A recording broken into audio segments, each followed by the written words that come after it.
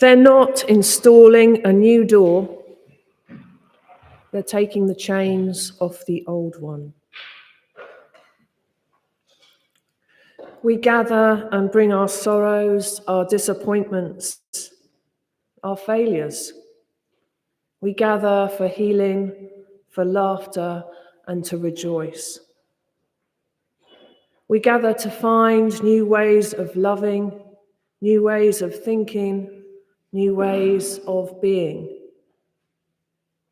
We gather.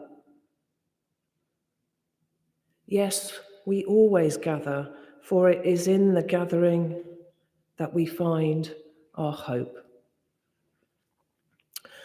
Good morning, everybody, here in the church and also online. You're very welcome. If this is your first time to this church this morning, a special welcome to you and to all those that come regularly into these doors. And I don't know about you, but when I was just standing outside for a few moments and the sun is just about peeking over the back of the dome now, so we just get that bit of light.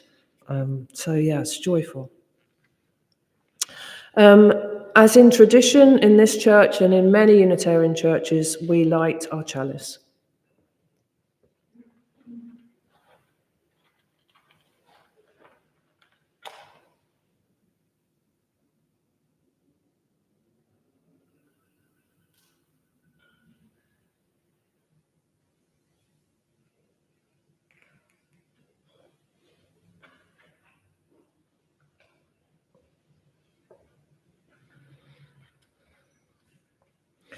Come, gather light to build.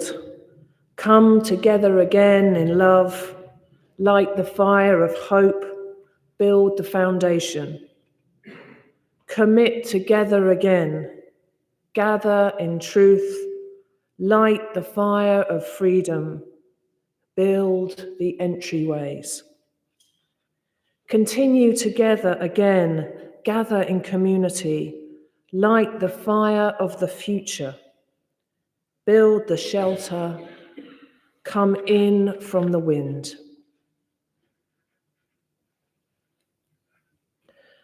On this day, as with so many Sundays, we come in from a whirling world. The wind, the sun, the push and the pull of tides and time. From the tumult of global news and local stories. The pain we hear of the demands of our spirit, the do this now culture that we live in. We come into this sanctuary from that windstorm, the rush of speeding drivers on the roadways, the vastness of this city. All of this can lead us a little bit stirred and unsettled. We can feel a little bit windblown. So we need places where we come and find our grounding once again. We come in from the whirl. And we come here to Brighton Unitarian Church, a place where I hope we can find and experience our genuine stillness, even if that's just for a few moments. Even if our mind is going 10 to the dozen about the roast potatoes and the FA Cup FA Cup, next round, whatever it happens to be, let's just try and find a little moment in this hour that we spend together that we can just let some of that stuff go. As we walk up the steps that we did a few minutes ago and through the large red doors, or as you are at home, you turn on your computers to connect to us and come through our congregational homepage, may we feel pulled to have a restorative time. May this place be a place of learning and nourishment, a community that generates new life into all of us. Because we came here together this morning looking for something. May we find that here as we worship together. Amen, and blessed be. We sing our first hymn this morning. They're all from the Purple Hymn Book, and it's number 68.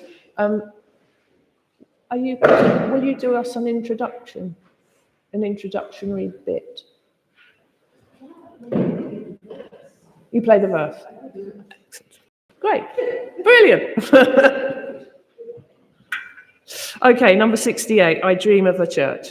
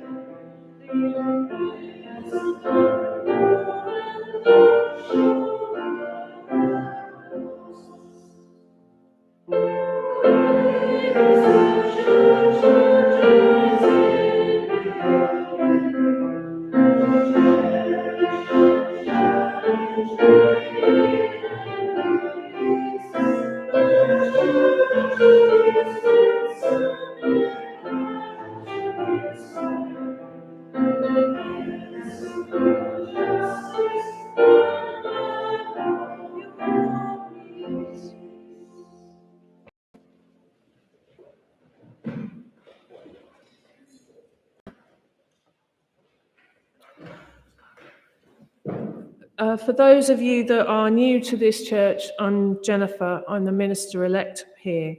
And I really love that hymn. But what makes me laugh is the bit that says, pick up its skirts pirouetting. Well, you didn't see me well, it was me actually. Stuart wasn't dancing. Stuart was watching me sort of dancing, going, what are you doing? That was before you all came. Yeah, I dream of a church that joins in with God's laughing, risking and growing. Is that too big an ask? Well, the theme this morning is reimagining church. We are about to hold our AGM after this service this morning, and it's worth pausing for a moment to think about all that's happened in this last year of us being together. Some of you may have just started to come to this church and witness what we get up to on a Sunday and other days during the week. And some of you have made your commitment here for many years. This is a cycle. Every January, we come together, we look at what we've been doing, we look where our money's gone, where it's going in the future, and we give thanks for all those people who have volunteered and looked after our special sacred place in the last year or more years. There are people that are standing down from our committee who have given so much of their time and are ready for a well-earned rest. And then there are those who are about to step into a new role to help sustain and grow this church. This last year, you've gained a new minister, well, nearly a minister-elect, as well as the loss of someone dear. We've had new attendees, we've had departures of those who seek an alternative. We've had tears and laughter, frustration.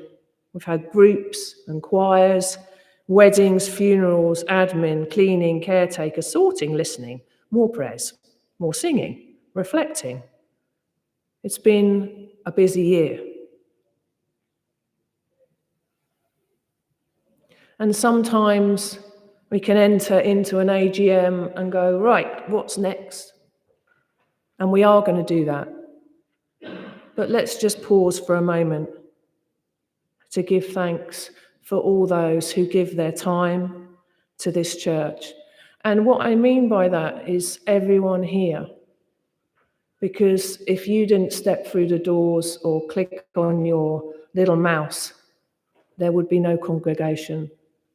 There would be no loving community. And this would just be a shell. So we give thanks to everyone here today and those who've come before us, our ancestors, our history, those who dared and began this church over 200 years ago. I often wonder what they would be thinking if they were looking at us now, hopefully with pride and not too much horror. But it's also a time to reimagine the theme of our service today, where we as Unitarians and seekers, where we are as a church and dare to imagine what we would like going forward.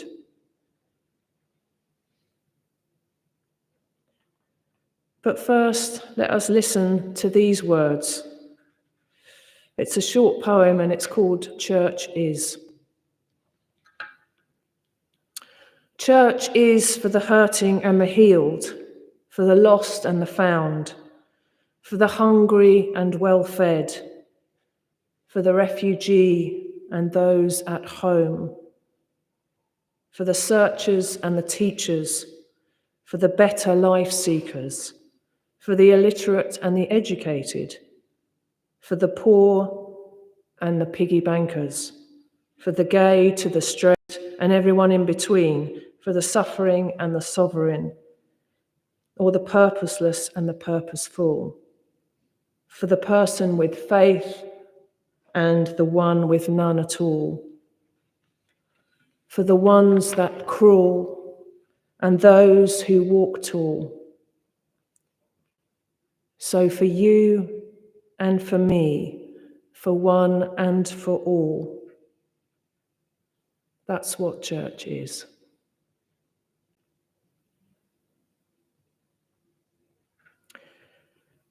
We sing our second hymn this morning, hymn number 80, Just As Long As I Have Breath.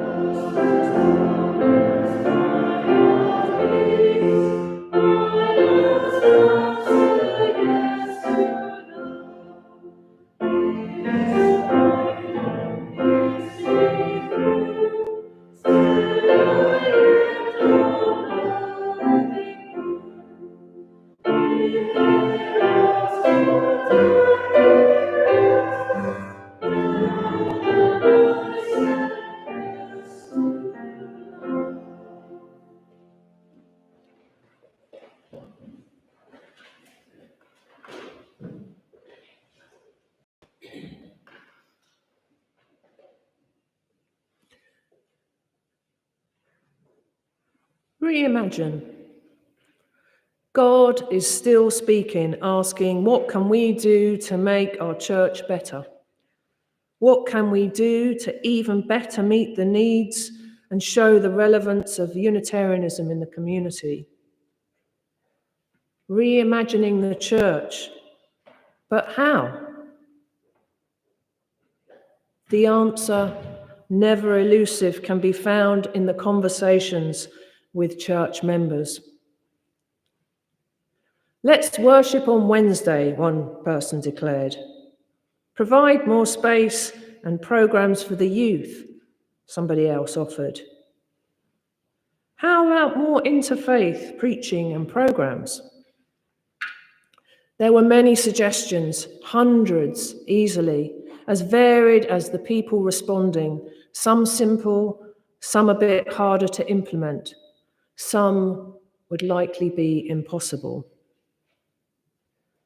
People were excited. They were just waiting to be asked. How about more fellowship outside church, someone else suggested, and adult mission trips, whatever they are. We can communicate more so everyone knows everything that's happening at the church. This just scratching the surface, it seems. But this is how we reimagine our church. We reimagine together.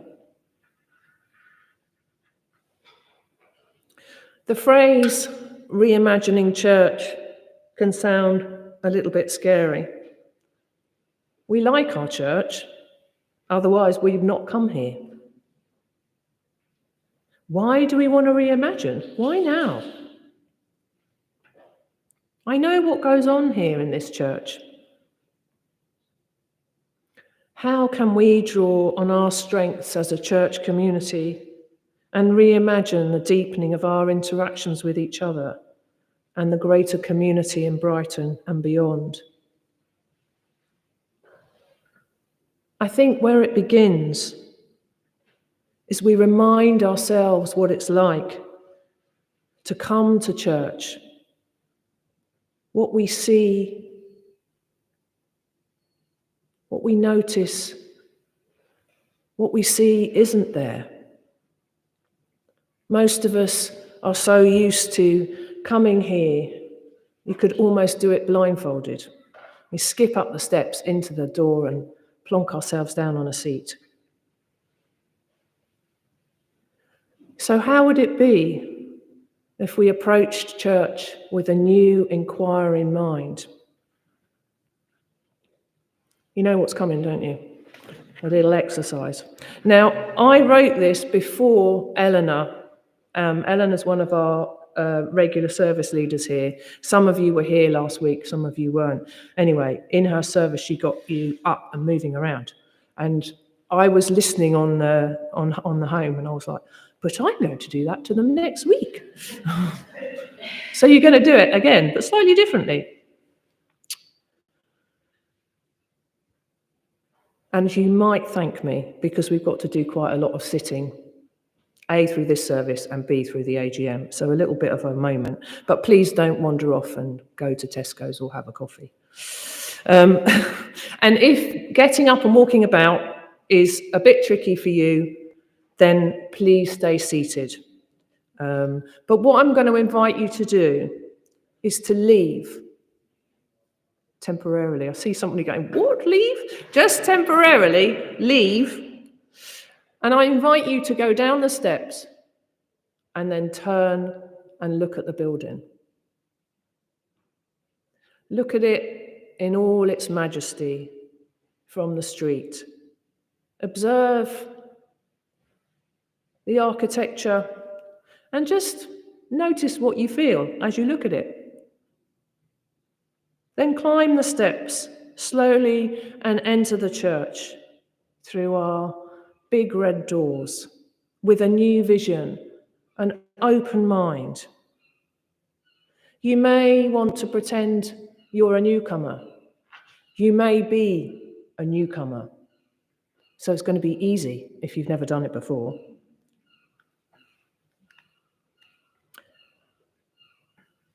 And I invite you just to have a look around.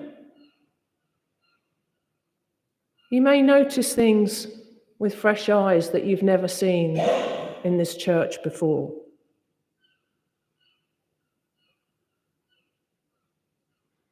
That's it. It's quite simple. So if you don't want to move, that's really fine. What I invite you to do is reimagine what it would be like for you to go outside of the doors, look at the church, and come in with a fresh pair of eyes. For those of you who are online and joining us this morning, if you've been to this church before, then I invite you to reimagine what it would be like for you to come up the steps, come in and explore it again with fresh eyes. If you have never been to this church and are joining us online, I invite you to think about a place that you've been to recently and regularly. It could be the swimming baths, could be the library, and just approach it with fresh eyes. So Stuart, Stuart's going to open the door. We're going to do only a few minutes of this, so please don't run away. I will have a magnet and bring you all back. Off you go.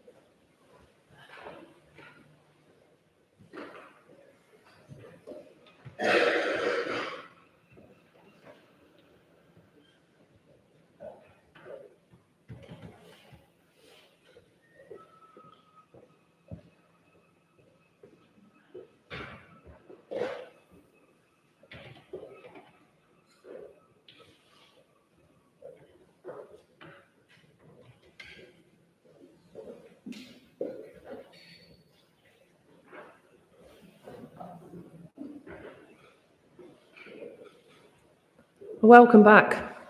I don't think we lost anyone in the coffee shop, maybe. It was really lovely, actually, to see you all outside. It was like, wow, that's actually quite a nice picture. Take us all outside of the church. Thank you for being willing. Now, this next bit, I know some of you really don't like, so please feel free to not do it. There's no obligation. But if you are willing, I invite you to turn to your neighbour or one person behind you. A couple of thoughts about what that was like for you to just see the church from a different viewpoint. And yeah, anything that comes to mind. So just take a couple of moments to do that. If you feel comfortable, if not, then you can keep your thoughts to yourself.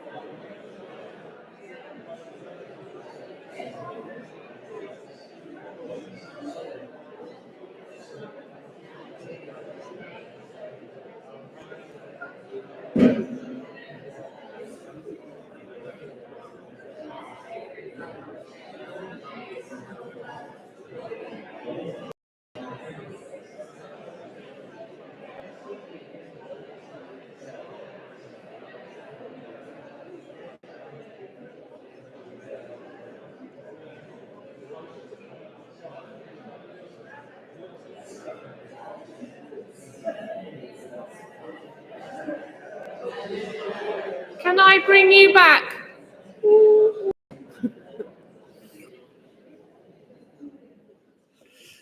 Well, you have plenty to say. It was great. Is there anybody who would be willing to share their thoughts? It's fine if you don't want to, but I'm interested. Tricia.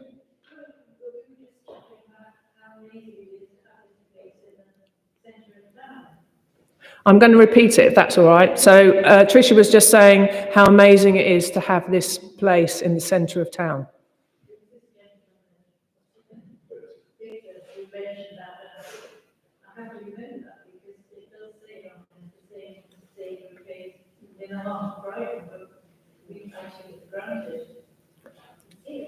So there's something about taking it for granted. You know, the place is in the centre of town, it's here, we pass it every day, and yeah, just reminds us. Thank you. Anybody else? Julia? I think there's one thing, and that's my first impression. It's also really intimidating. Ah, okay. So grand, with steps and pillars strong. Go for it. Okay. So quite a grand, beautiful place, especially after it was been done up and painted, and beautiful but intimidating a little bit. Yeah. To have the courage to come up the steps and go through the door. Yeah. It's interesting to remember what it may have been like as somebody new, how it was for us to walk through the door. Thank you, Julia. Anybody else? I had standing out there in the sunshine, I was very proud to be part of that, but also that in its solidity, and then it also it represents to me a place of stillness and spirit, how can we also have that in the central time. So representing a place of stillness and peace, did you say? Stillness and spirit in the centre of Brighton, and being proud to be part of that. Nice. Annie? Because it looks so traditional, and I think somebody said like a thing you have on top of a wedding cake. It doesn't give many, it doesn't give much away about what goes on inside. Okay. And the freedom of thinking, it looks almost like the opposite. Okay. Because it's so kind of symmetrical and proper and pillared and Greek and I don't know how you can say that. Yeah, I'm editing in my head as you're speaking, going wrong. But the actual building itself is very symmetrical, very structured, very precise, and doesn't give anybody really an idea of what goes on inside. It doesn't reflect our sort of free-thinking attitude. So there's that real difference.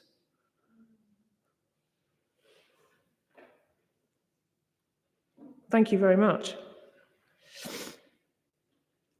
Yeah, I think I had a similar feeling of looking at it and thinking, God, it's really grand, actually. I'd never looked at it from the other side by the Mash Tun. I'd always sort of get out the car and run in, and I was just like, yeah, this is quite a grand place. And then in retrospect of everything else that's on the street, it's very, very different. But yeah, it's sort of a secret in a way. I'm going to read you a few things that Sarah Newman wrote, who is a Unitarian Universalist, which is an American lay minister. And she did a similar exercise with her congregation.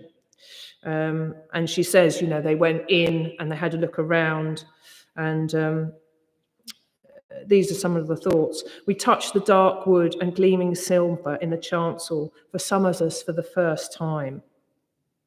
We braved the cold and the wind to stand outside the familiar stone facade. They've got red doors as well. And she talks about it being a funny thing to rediscover a place when it is so familiar. She says also when she took a group of people around, they were like, oh, we could move this over here and we could change this. So it's about also being careful. When people start looking at things with fresh eyes, they suddenly go, well, why is it like that? Why do we have it like this? Why don't we do it like this? So in terms of BUC, Brighton Unitarian Church, in order for us to move forward, we have to look at what we have now and how we experience it now. And then we have to think about what we would like, where we are going to put our energies behind. Seamlessly segueing into this. You should have one of these. It's in front of you in the, what do you call that little thing behind the seat? Shelf. Thanks. Shelf. Yeah, that'll do. Shelf. So hopefully everyone's got one. If you haven't, wave and we'll bring you a pen and pencil. Everybody? Yeah. So just keep these somewhere near to you, and you should have a pencil as well. And we're going to enter a period of reflection, which for us here is just a small few moments of quietness. I will tell you what to do with this. I just wanted you to have it to hand. So just get yourself comfortable in your seat. If it's okay for you, close your eyes.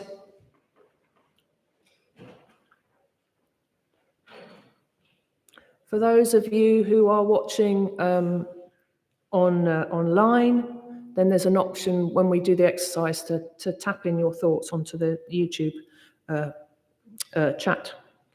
But yeah, let's just settle in this space. Bring your attention to your breath. You may wish to put your hand on your heart or your belly, just to connect yourselves into your body. How is your body this morning?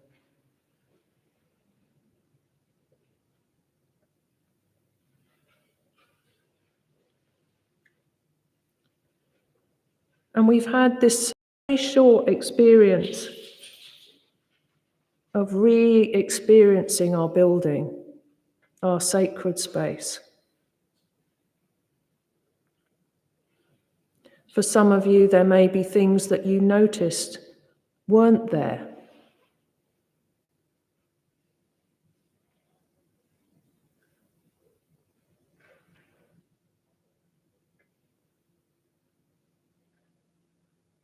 Maybe there are questions of wondering, especially if you're new here, what is this Unitarian thing?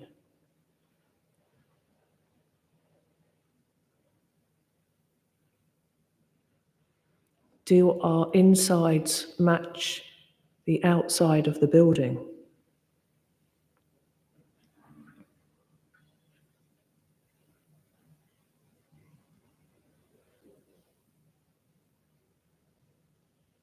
And now I invite you to reimagine something that you would dearly love to have in this church. That you, as far as you know, doesn't happen here. Again, if you're new, you can choose whatever you like. This is the fantasy hope list. It might be a welcome banner. It may be better biscuits. Maybe a group in the week.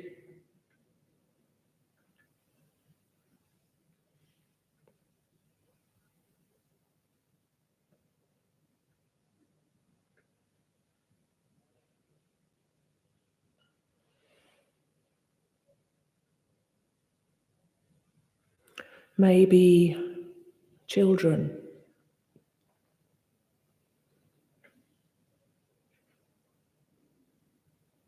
These are just suggestions.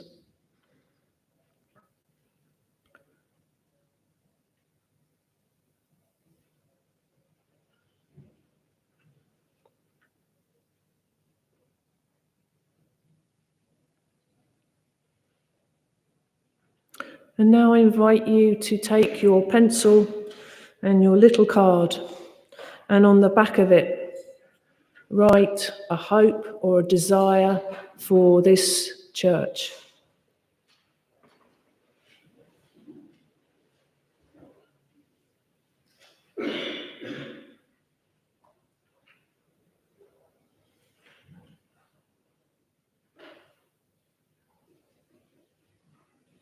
Try not to be bound by, or we can't possibly have that because we haven't got that. Just allow yourself to free think.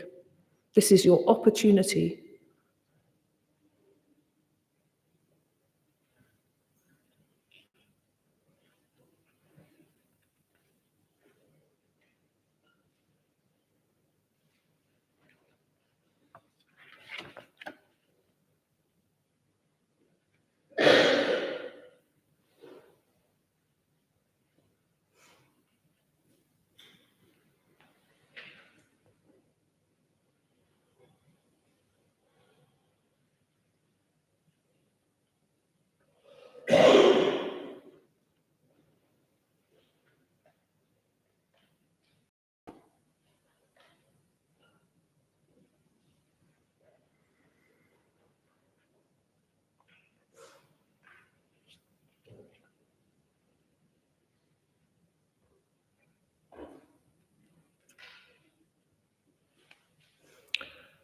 Let us come together in prayer, just for a moment.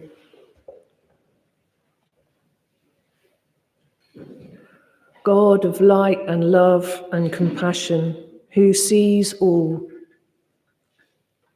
we travel together on search for meaning, having come from many different places and bringing many different gifts to share for the journey.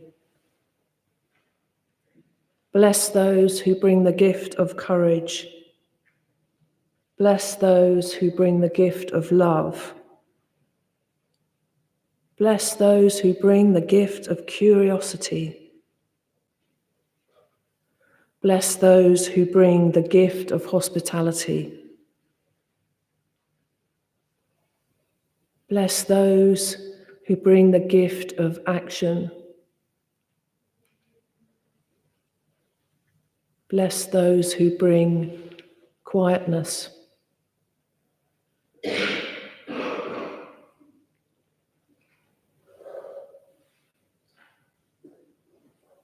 May we all be blessed with our gifts on this journey. Amen.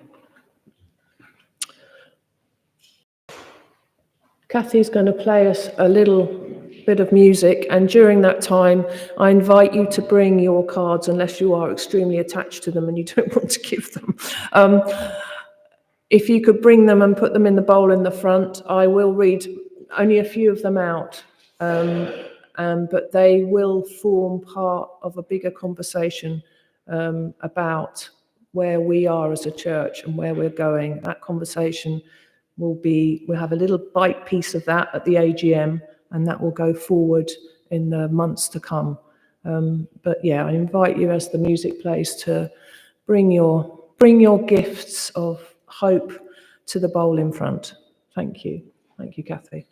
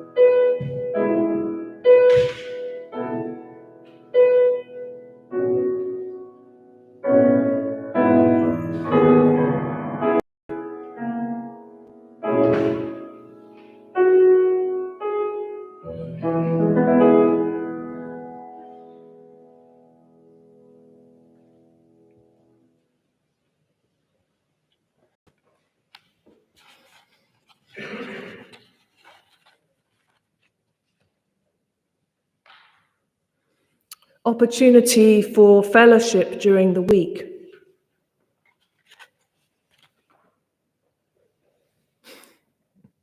Dancing and better biscuits. If you'd have come at 20 to 11, you'd have had dancing, and biscuits were on the case. Yeah, I'm looking at Kat, actually, the minister. We're on the case for better biscuits, aren't we?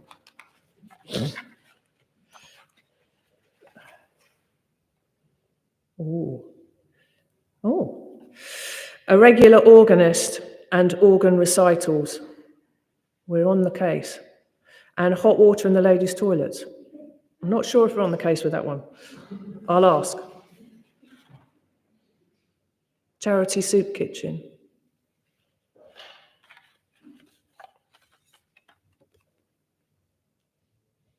Meditation sessions, ? Before the service.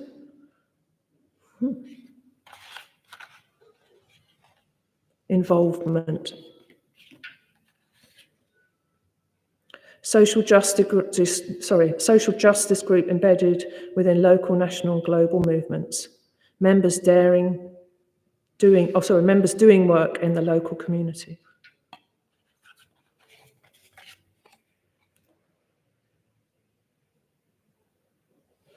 Put back the notice attached to the outside of the church, welcome to Brighton Unitarian Church.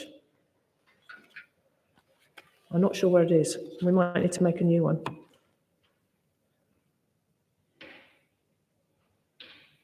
Divide the congregation into smaller groups for support or deeper connecting to spirituality, prayer groups, etc. A meal so we get to know each other better and beyond the formal service. Optional, of course. So that's just a smattering. I will get these up in the next few weeks so we can have a look at them. Thank you. Thank you.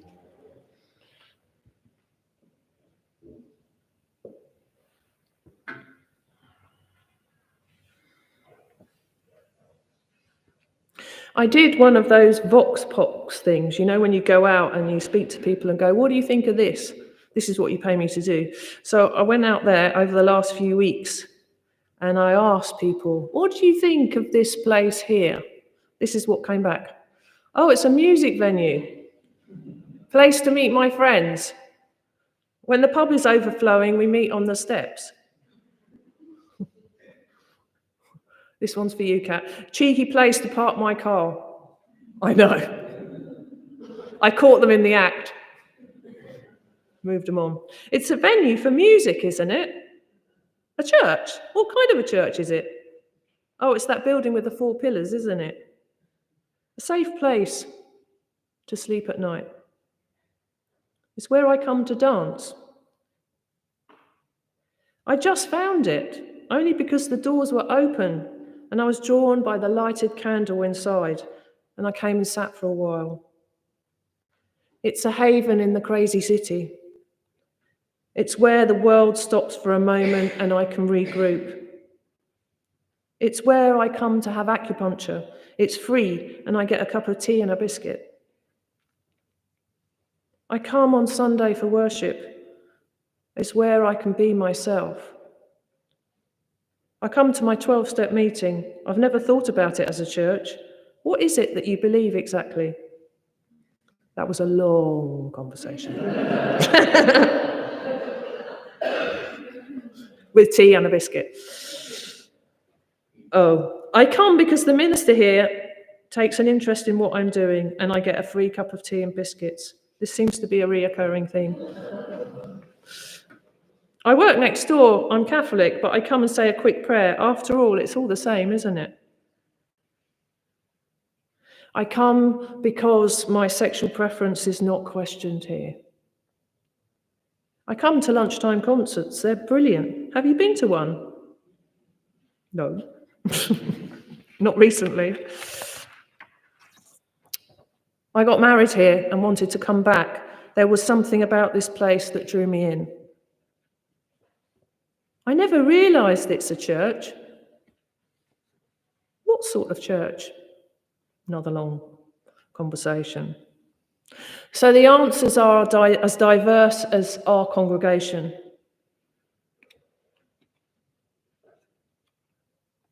Some people know it just because it's a building in the street and there's a place to meet. Some people have experienced what goes on behind these doors, but maybe not necessarily spiritually.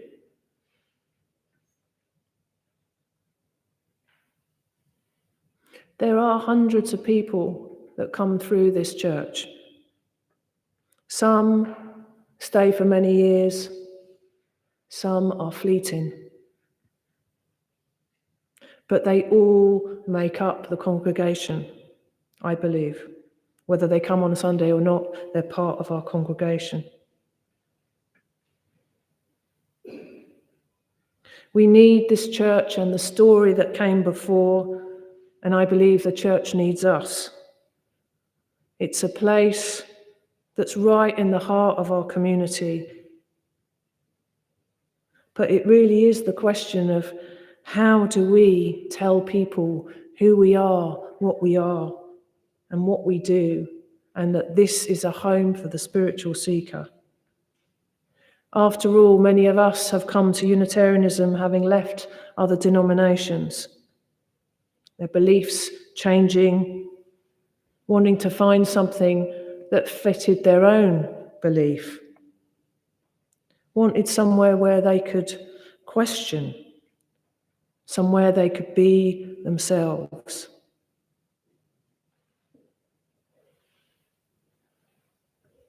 We have a number of statements which are incredibly profound. You'll find them on the General Assembly website. We won't tell you what you must or should believe, but we do have a rich heritage, an open and expansive view of what God can be, inspiration drawn on different traditions,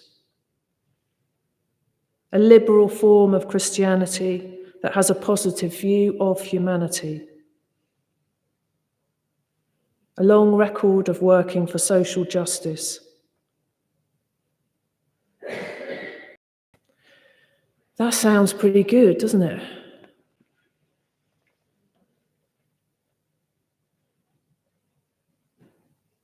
So how do we let people know that this unique, beautiful, flawed place is here? It's about sharing it. And for some of us, that may be easy. The words of what it is to be a Unitarian may roll off the tongue. If they do, come to me and explain. And for some that may be tricky.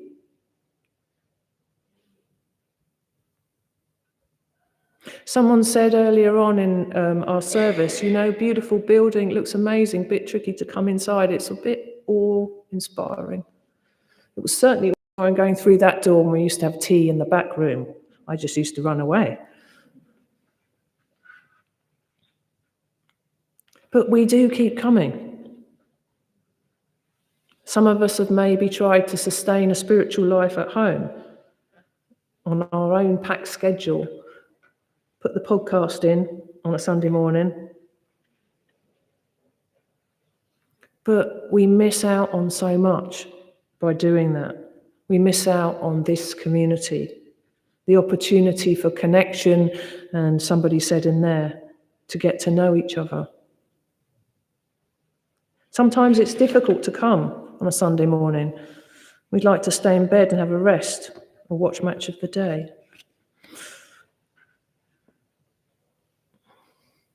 But something special happens here. And I believe that everybody that comes through these doors is changed in some way by its presence.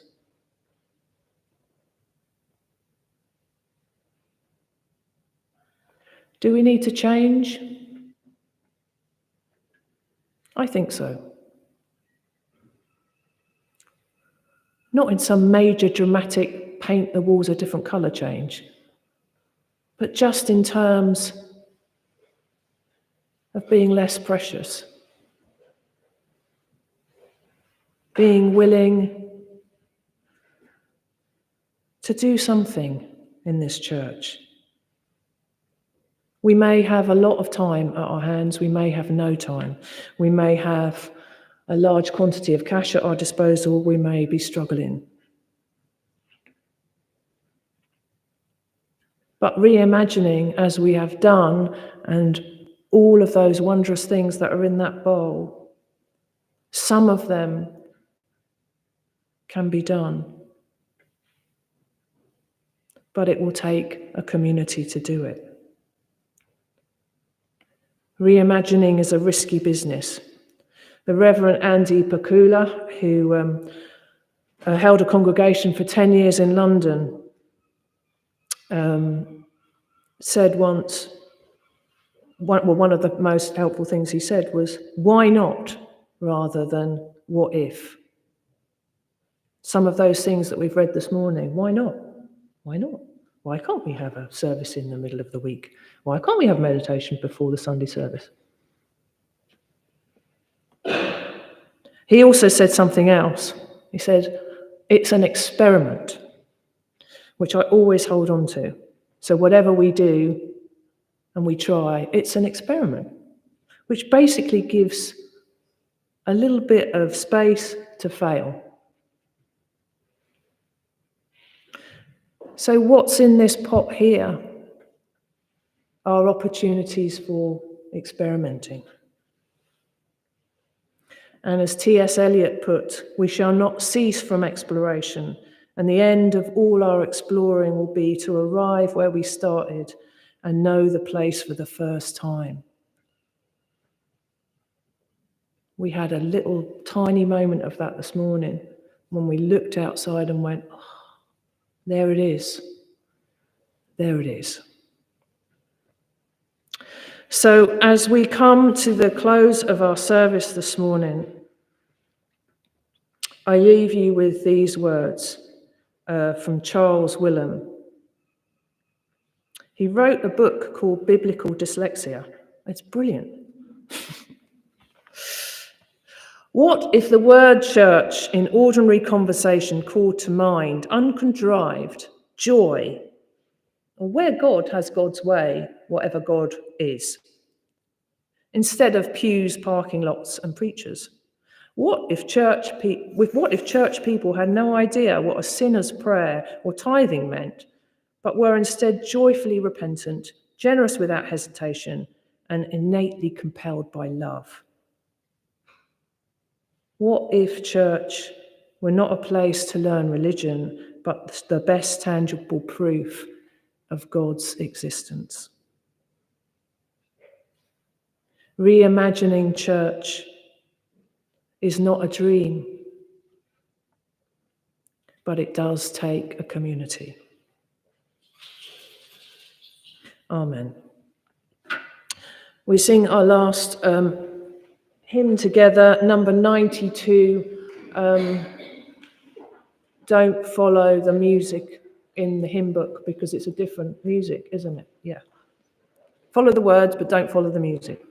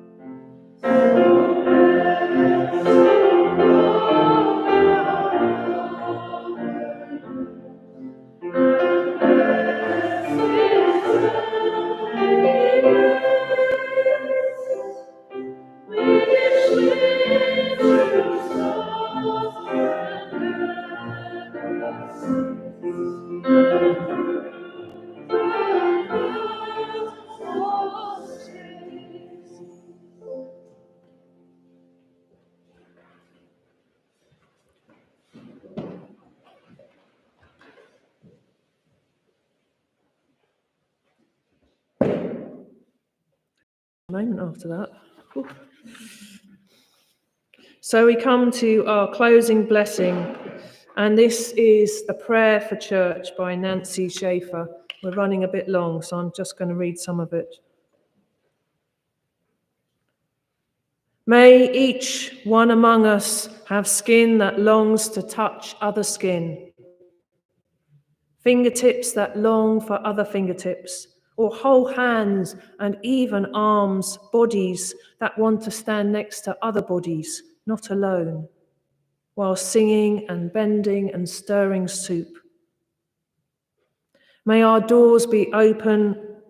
It is drafty inside, and people sometimes shout because noises without come also within. May those sheltered here sometimes cry, all at once, letting tear, water clean what words by themselves cannot. May we always have enough room for those many who want to come in. May we notice each one who is new and invite them to stay. May our list for names for the holy not ever be finished. And may we hear God chuckling with us when we find still more. May you be blessed by the time that you spent in this church this morning. May you not go out of the door, and may you stay for the AGM. Amen.